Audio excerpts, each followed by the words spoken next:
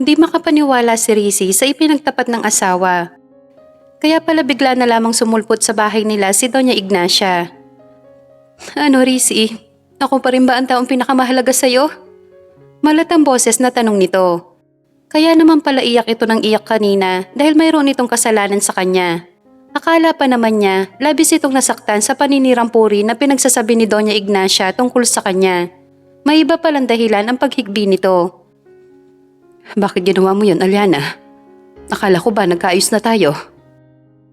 Gusto kong ipakita sa'yo na hindi lahat kaya mong kontrolin, Rizzy. Hindi lahat ng bagay sa'yo palagi papabor. Paano naman ako? Mahal kita at nahihirapan ako sa sitwasyon natin. Ayaw mo akong pakawalan. Kaya ako ang gumawa ng paraan para makapamili ka. Ngayon ako pa rin ba ang pipiliin mo matapos kita yung pagkanulo sa mama mo? Anito na may mga naghahamong mata. Naiyuko niya ang kanyang ulo. Aaminin niya, nakakasama ng loob ang ginawa nito. Malapit na siya sa pangarap niya para sa kanila. Bakit dito makapaghintay? Naikuyom niya ang kanyang kamao at hindi niya ito matignan sa ngayon. Totoo nga yata ang sabi ng Pag-asa. Huwag pa katitiwala sa ganda ng panahon kapag mayroong namumuong sama ng panahon. Si Aliana pala ang bagyo sa kanya, ang sisira sa pangarap niya. Ang babaeng nais niyang alayan ng lahat ng pagsisikap niya at ngayon ay nagawa pa siya nitong papiliin. Ako pa rin ba, Rizzy? Puno ng luha ang mga matang tanong nito sa kanya. Nagbaba ito ng tingin matapos hindi siya makasagot. Ayos lang, kung hindi ako ang pipiliin mo. Ayos lang, tanggap ko naman eh. Baka nga di tayo nakatadhana sa isa't isa. At magiging masaya ako kung sakaling di man ako ang pipiliin mo. Yun naman talaga dapat. Mas deserve mo ang maginhawang buhay kaysa mahirapan ka kasama ako. Mas deserve mo ang babaeng kasing yaman nyo na may pagmamalaki mo sa pamilya mo at sa lahat ng tao. Nakangiting wika nito bagamat namamasa pa rin ang mata ng asawa. Saka ito gumawa ng hakbang para lampasan siya. Ngunit bago ito nakalampas sa kanya ay nahagip niya ang braso ng asawa. Maisip pa lamang niya na mawawala ito sa kanya ng tuluyan ay para nang pinipiga ang puso niya. Huwag kang umalis. Niyakap niya ito ng mahigpit. Rizzy, nagigilty ang mukha nitong usal sa pagitan ng mga yakap niya. Umiling ng maliit ngunit marami. Huwag mong gawin to, baka mapatahod ka pa ngayon ng mama mo kapag hiniwalayan mo ko. Huwag ako ang piliin mo.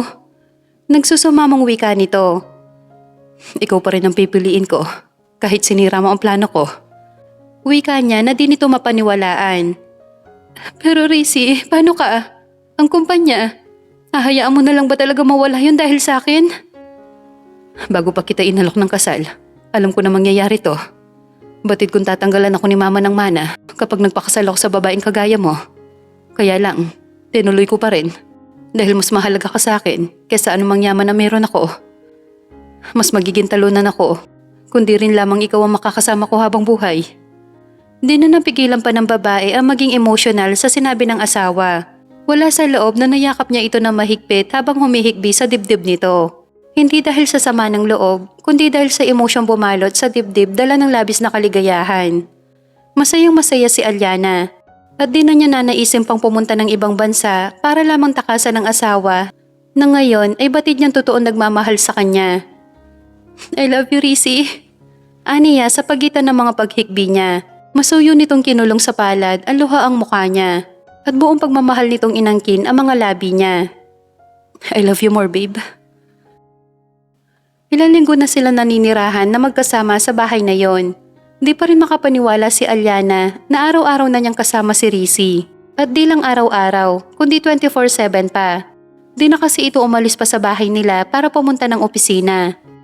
Talaga ba sigurado ka? Ayaw mo nang bumalik sa Maynila? Tanong niya dito na bahagyang ikinakunot ng noon nito. Ilang beses mo nang naitanong sa akin yan, babe. Baka kasi nabibigla ka lang. May panahon ka pa para umatras sa relasyon nating to. Di niya tuloy na itago ang pagkadismaya niya sa tanong na naman nito. Naiirita na siya. Ikaw yata ang may ayaw sa akin eh. Kaya palagi mo na lang akong pinagtatabuyan. Sorry. Biglang kambyo nito at yumakap sa kanya.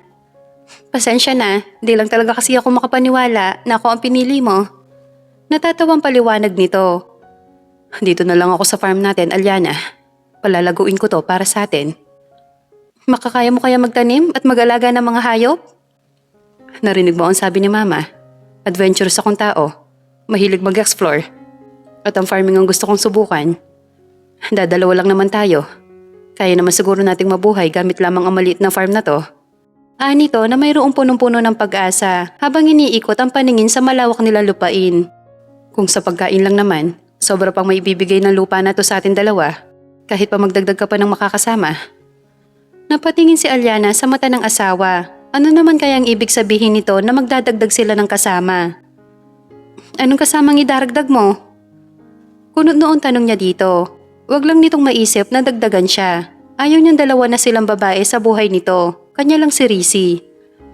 Lumapit ito sa kanya at lumuhod sa harap niya. Nakikiliti ang sistema niya nang hagkan nito ang likod ng palad na hawak nito.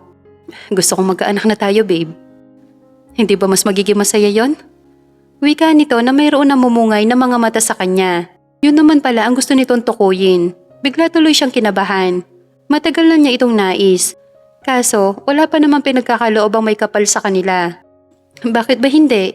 Kung ibibigay niya yun sa atin, malugod kung tatanggapin yon, honey. Nakangiting sabi niya. Di na rin naman siya makapaghintay na makita ang kalahati niya at kalahati ni Rizzy na tumatakbo-takbo sa paligid ng bahay nila. At totoo nga ang sabi, kung ano ang siyang palaging iniisip ay siyang mangyayari at magkakatotoo. 2 buwan lang sila naghintay at dumating na ang pinagdarasal nila. Walang pagsidla ng tuwa ang puso nila sa nalaman noong nagpiti siya. Halos lumuwa ang puso nila sa labis na kagalakan. 9 months later. Nagulat na lamang ang mag-asawa na magkaroon sila ng di inaasahang bisita.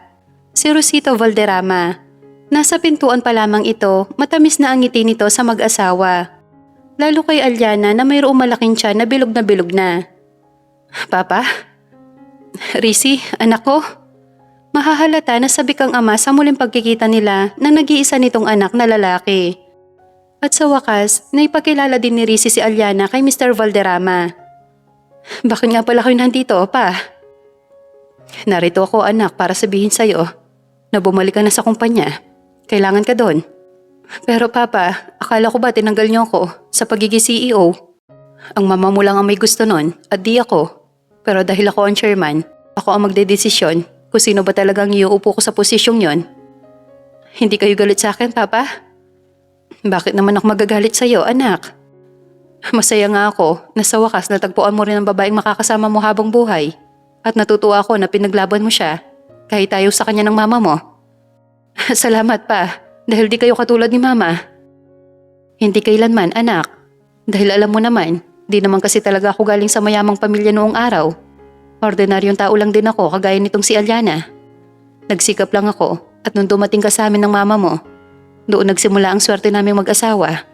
Napatayo ko ang ating kumpanya kasabay ng kapanganakan mo. At nakikita ko ng araw na yon. Balang araw, ikaw ang magpapatuloy nito at magpapalago ng ating kumpanya. At di ako nagkamali. Dahil sa pamamalakad mo, lumago ito ng husto. Kaya di ko sa iyo ito ipagkakait, anak. Lalo na sa magiging pamilya mo. Ang mama mo, huwag mo siyang alalahanin. Ako nang bahala sa kanya, okay? Nakangiting wika ng ama sabay tapik nito sa balikat ni Rizzy. Di pa tapos mag-usap ang mag-ama. Nang dumaing ng matinding sakit si Alyana, kaya naman agad na dinala ito ng mag-ama sa hospital. Rizzy Jr. Si Rizzy habang karga niya ang sanggol na lalaki na galing sa sinapupunan ng asawa. Di may paliwanag ang sayang nararamdaman nito sa mukha sa labis na kasiyahan. Gusto niya ang pangalan niya, iho. Ngumingiti siya. Natutuwang sabi ni Mr. Rosito Valderrama. Katulad mo, iho. Nakikita ko, siya magmamana ng Valderrama Cargo Shipping Company natin. Naging enggrande ang pangalawang kasal ni Rizzy at Alyana. Proud wife ito sa asawa at proud husband si Alyana kay Rizzy Valderrama. Ang ina naman nito na si Doña Ignacia ay walang mapagpipilian kundi tanggapin si Alyana bilang asawa ng kanyang anak kahit palabag sa loob nito. Dala na rin ang pakiusap ng asawa na si Don Rosito Valderrama. Di naman masama ang loob ni Alyana na mukhang napipilitan lang ito na tanggapin siya. Ang mahalaga sa kanya ay tanggap nito at mahal na mahal ang anak nila ni Rizzy na si Junior. At syempre, mahalaga sa kanya na nagkakasundo sila ni Rizzy at mahal na mahal nila ang isa't isa. Hello, Apo. Halika nga dito kay Mama La. Magilaw na banggit ng ginang sa apo. Dumalaw kasi sila noon sa mansyon ng mga Valderrama sa Maynila. Tuwing weekend naman nila ginagawa yon. Oh, you're so sweet, honey. Napapangiting sabi ng matandang babae nang halikan ito ang kanyang 1 taong gulang na apo. Anak, mabuti naman at hindi kayo nagsasawang bumisita dito sa amin sa mansyon. Ani ni Doña Ignacia. Palibhasa, ang panganay nitong anak once a month kung bumisita. Madalas kasi itong mag-out of the country para mag-aliw-aliw kasama ng asawa. Siyempre naman, Mama. Mahal namin kayo. Sagot ni Rizzy. Sa Santa Elena na kasi ito madalas umuwi. At kapag di nito kayang bumiyahi pa uwi, ay sa kondo ito nagpapalipas ng gabi.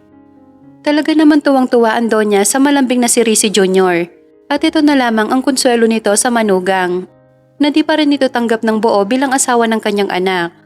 Pabalik na ang mag-asawa sa Santa Elena nang mapadaan sila sa isang mini-stop. Bili na po kayo ng mani! Bili na! Napalingon siya sa pinanggalingan ng boses. Si Megan ang nakita nila. Nag-aalok ito ng paninda sa mga motoristang dumaraan sa kalsada. At dahil matao, ay naubos kaagad ang mga bitbit nito.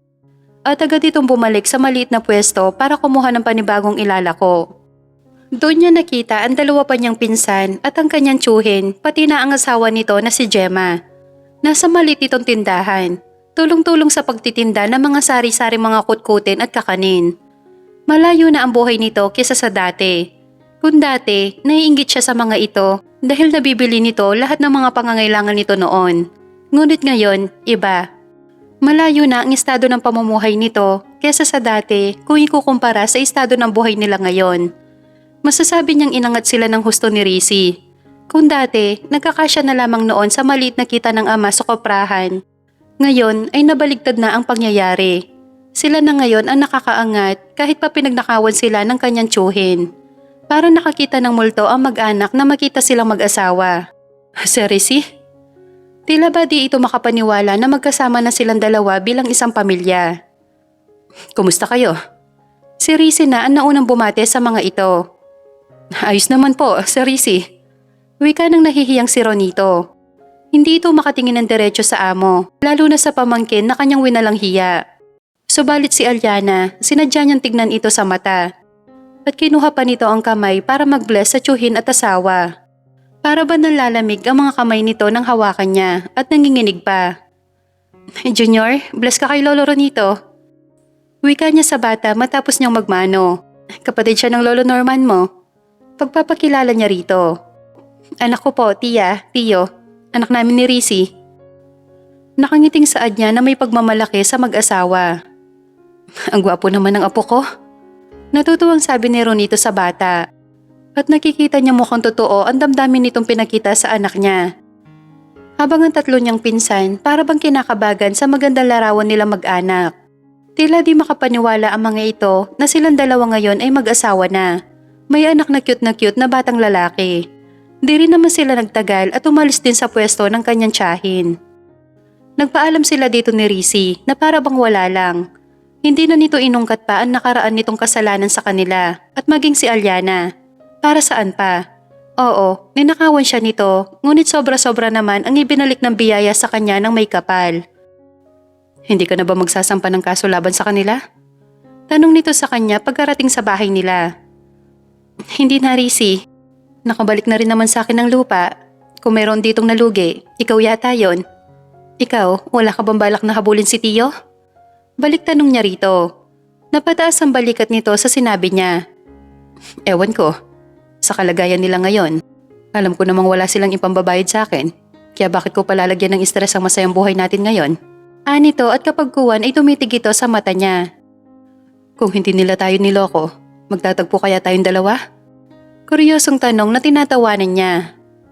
Malamang, para napakalayo naman ang bahay mo sa bahay namin. Irap niyang sagot sa asawa. Baka magkikita tayo, but I don't think na magugustuhan kita kundi kita nakakausap. Dudang sabi nito, bagay na ikinaikot ng itim ng mata niya. Pareho lang pala tayo. Di rin kita magugustuhan kundi mo ako pinilit na magpakasal sa'yo. Ismid niyang sabi dito na sinabayan ni Rizzy ng malutong na tawa. Mabuti na lang talaga na iskam tayo ng tsuhin mo, no? Kung hindi, baka hindi ka ang ina ni Junior. At dalaga pa sana ako ngayon. Malamang din naghahanap na ako ng afam na magiging tatay ng anak ko. Naikuyom nito ang kamao sa tinuran niya. No, hindi ka makakahanap ng afam. At bakit hindi? Taas kilay na wika niya. Madali nang makahanap ngayon ng afam sa mga dating sites. Gagad niya sa asawa, bagay na ikinakuyom ng kamao nito. Hindi ako papayag, Alyana. Sa akin ka lang. Medyo nagiging possessive ang tono ng asawa. Napatango tuloy siya ng maliit at marami habang nakatingin sa mata nito. Naintindihan ko na kung bakit mo ako pinilit magpakasal sa'yo. You should be grateful that I forced you to marry me. Kung hindi, di ka magkakaroon ng gwapong anak. Tukoy nito kay Junior na buong ingat nitong hinaplos ang ulo ng anak. Nanooy busy sa pagbuo ng malalaking piraso ng mga Lego sa sahig. Sila mag-asawa ay nakaupo sa sofa. Napapangiti na lamang si Alyana habang nakatingin kay Junior. Ano na lang kayang itsura ng panganay niya kundi si Rizzy ang ama nito. Never niyang naisip na ganito kapogi ang magiging anak niya. Sino nga ba ang mag-aakala na mapapangasawa niya ang lalaking pinagpapantasyahan lang noon ng kanyang mga pinsan? Buhay nga naman. Kung dati, inggit na inggit siya sa kanyang mga pinsan dahil sagana ito noong araw. Habang sila, para silang aso na nakatingala sa ilalaglag ng mga ito na buto. Sa puntong ito, naisip niyang kakaiba talaga kumilos ang kapalaran. Nasa ilalim ka man ngayon, magsikap ka lang, magpakabuti, magugulat ka na lang, nariyan na pala yung taimtim na kahilingan ng puso mo at sobra pa sa ipinagdarasal mo. Same thing with the people who are talking advantage of. Marahil ay masaya sila dahil nakakalamang sila sa kapwa nila. Ngunit wag pakakasiguro, iba kumilos ang kapalaran. May sarili itong paraan para bigyan ng leksyon ang taong makasarili at mga nalalamang sa kapwa. Di man siguro sa ngayon o kaya naman bukas, kundi sa darating pang panahon, mapagtatanto na lamang nila na nagbabayad na pala sila ng maling hakbang sa maling kilos nila sa nakaraan.